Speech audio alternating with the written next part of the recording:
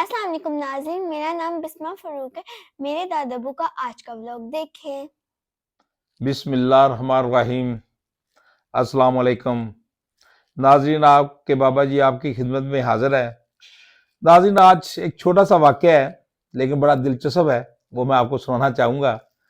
तो उम्मीद है कि उस वाक़या से आप खुद ही कुछ ना कुछ हासिल करेंगे, अख़ज़ करेंगे मेरी बात से कि बाबा जी कहना क्या चाह रहे हैं। तो आज का जो वाक़या है वो इस तरह से है कि वाक़या तो काफ़ी पुराना है।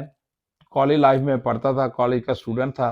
तो उन दिनों में मैं मर्दान में एक मेरे दोस्त थे वहाँ पे आर्मी में, तो उनके पास गया। तो उनके पास मैं पंजाब रेजिमेंट सेंटर में उनके पास बतौर मेहमान 1-2 दिन स्टे किया। तो कॉलेज लाइफ थी नाज़रीन, उन दिनों में मैं यंग था। तो बस यही था कि जब छुट्टियां होती थी तो ऐसे दोस्तों के पास चले जाया करते थे। तो मैं मर्दान में उन दोस्त के पास चला गया मिलने के लिए। तो वहाँ से नाज़रीन मैं अभी वापस चला 2-3 दिन रहने के बाद। तो जब मैं वहाँ से वापस पिंडी आना था, पिंडी से फिर मैंने आगे फैसलाबाद जाना था। तो नाज़रीन मैं वहाँ से मर्दान रेजिमेंट सेंटर से मैं लाड़ी अड्डे पे आया। तो जब लाड़ी अड्डे पे आया तो लाड़ी अड्डे के गेट पे नाज़रीन बस जो थी वो पिंडी पिंडी की आवाज़ें दे रहा था कंडक्टर, तो वो वहाँ पे बस खड़ी थी। तो मैं आया तो मेरे हाथ में ब्रीफ केस था, यूँ चश्मे लगाए हुए थे ब्लैक कलर के, इतने इतने बाल थे मेरे, और पर पैंट शर्ट वगैरह पहनी थी। स्टूडेंट लाइफ थी ना नाज़रीन, मेरी कॉलेज लाइफ थी।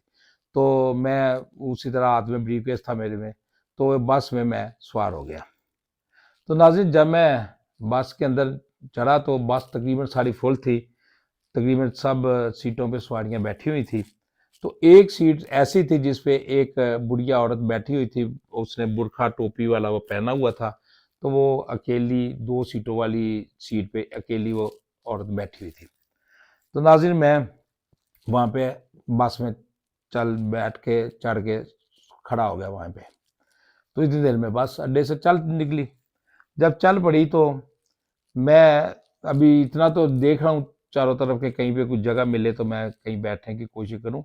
लेकिन जगह नहीं थी, सिर्फ एक ही वही जगह थी जो वो लेडीज औरत वो बीबी माई बैठी थी। तो उसी के साथ एक सीट खाली थी।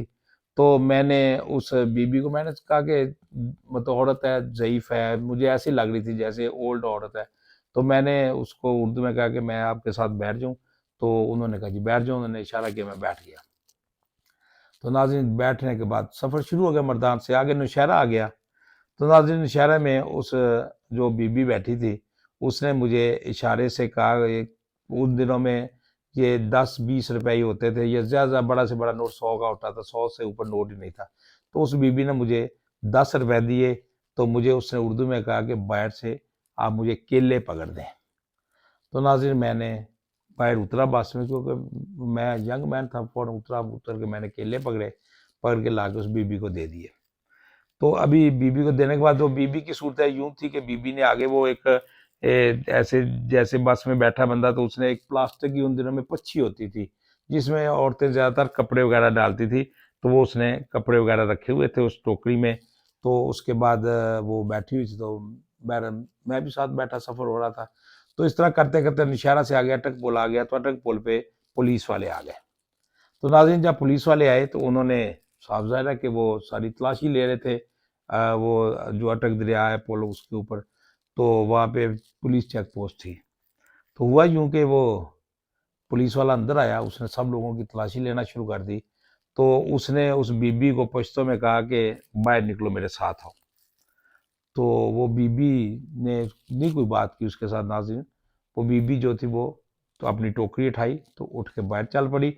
तो उसने पुलिस वाले ने पश्तो में उससे पूछा कि ये साथ मेरी तरफ इशारा किया कि ये नौजवान आपके साथ था। तो उसने पता नहीं क्या कहा होगा पश्तो में। तो उसके बाद पुलिस वाले ने कहा जी आप भी आ जाए। तो मैं भी नाज़रीन बाहर नीचे आ गया बस के। तो मैं बहुत परेशान कि यार ये बीबी को उन्होंने नीचे उतार लिया, साथ मुझे भी लेके जा नीचे उतार लिया, पता नहीं क्या मसला होगा, क्या बनेगा। तो वो वहाँ पे वो जो चेक पोस्ट थी उधर उन्होंने एक टेंट लगाया हुआ था। तो वो जो टेंट लगाया था ना उसके पीछे वो लेके चला गया पुलिस वाला उस बीबी को और मुझे। तो जाके उस पुलिस वाले ने बीबी को पश्तो में कुछ कहा। पश्तो में तो वो आपस में बहुत बातें कर रहे थे, वो मुझे तो समझ नहीं आ रही थी कि वो पश्तो में क्या बातें कर रहे हैं।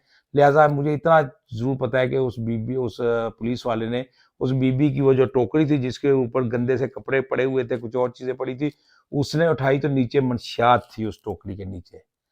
तो नाज़रीन जब वो नीचे मंशियात देखी तो वो पश्तो में कह रहा था, लेकिन मैं भी सारा कुछ गया था कि ये तो मामला गड़बड़ है, तो ये तो बीबी इस तरह का काम कर रही है, तो इसलिए पुलिस वालों ने पकड़ा हुआ है। तो मैं तो वहाँ पे पुलिस वालों को कहना शुरू हो गया, जी मैं तो इनके साथ नहीं हूँ, आपने मुझे ऐसे उतार लिया। तो वो जनाब मैं पुलिस वाला ने मुझे उर्दू में कहा कि फ़िक्र नहीं करो, बस अभी खड़ी है, तुम इसी बस में जाओगे, टेंशन ना लो, आप बैठे रहो। तो नाज़रीन मैं खैर खामोश होकर खड़ा रहा। उसके बाद उस बीबी ने कुछ पैसे निकाल के दिए उन पुलिस वालों को, और उसके बाद वो जो बस थी उसी में वो बीबी भी सवार होगी, मैं भी दोबारा सवार हो गया। तो सवार होने के बाद दोबारा उसके बाद वो बीबी जो उसने मेरे साथ उर्दू में कुछ कुछ वो पश्तो अंदाज में उर्दू बोलती थी, तो वो मुझे कह रही थी घबराओ नहीं, ऐसे नहीं होता, वो इस तरह की बातें मेरे साथ करना शुरू होगी। तो मैं वहाँ से जान छुड़ाना चाहता था कि किसी तरीके से जान छुड़े। तो लिहाजा नाज़रीन मैं बड़ा परेशान हो के सफ़र गुजारा। वो सफ़र ही इतना लंबा हो गया कि वो पिंडी नहीं आ रहा था, बड़ी मुश्किल से पिंडी आया। पीर बदाई मोड़ पे जब बस पहुंची तो बस वो मैंने जल्दी जल्दी अपना ब्रीफकेस नाज़रीन पकड़ा, नीचे उतरा, उतर के बस वहाँ से दौड़ लगाई और मैं अपनी मंजिल पे चला गया। तो नाज़रीन ये है तो वाक़या तो मुख्तसर है, लेकिन ये वाक़या मुझे आज तक याद है, ये मुझे भूलता नहीं है। तो इसलिए मैं ये वाक़या सुनाने का भी आज मेरा एक मकसद है। आप कहेंगे बाबा जी ये क्या मकसद है?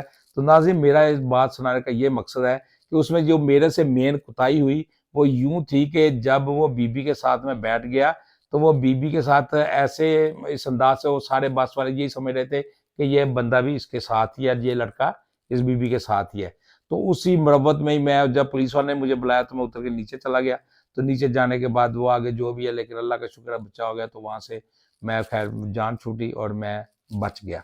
तो लिहाजा नाज़रीन मैं यही कहूँगा कि जब आप बस में सफ़र करते हो, जब ट्रेन में सफ़र करते हो या कहीं भी आते जाते हो, तो किसी पे इतबार ना करें, किसी का सामान ना पकड़ें, किसी पे ये समझ लें कि जैसे आजकल के दौर में तो यूँ भी चल रहा है कि लोग सामान दे देते हैं, उसमें बहुत सारी चीज़ें होती हैं, लेकिन इस तरह का किसी पे इतबार ना करें और हमेशा अपनी केयर करें। लिहाजा इस सिलसिले में यही दुआ करूँगा कि अल्लाह पाक हमेशा आप सबको अपनी हिफाज़त में रखे, आप अपनी रहमत में रखे और आप हमेशा महफूज रहें। तो लिहाजा व्लॉग आज का छोटा सा है, लेकिन मुख्तसर वाक़या था मेरी ज़िंदगी का, मुझे याद था, वो मैंने आपको सुना दिया। पसंद आए तो सब्सक्राइब कीजिएगा प्लीज़। तो लिहाजा अस्सलाम वालेकुम रहमतुल्लाहि व बरकातहू।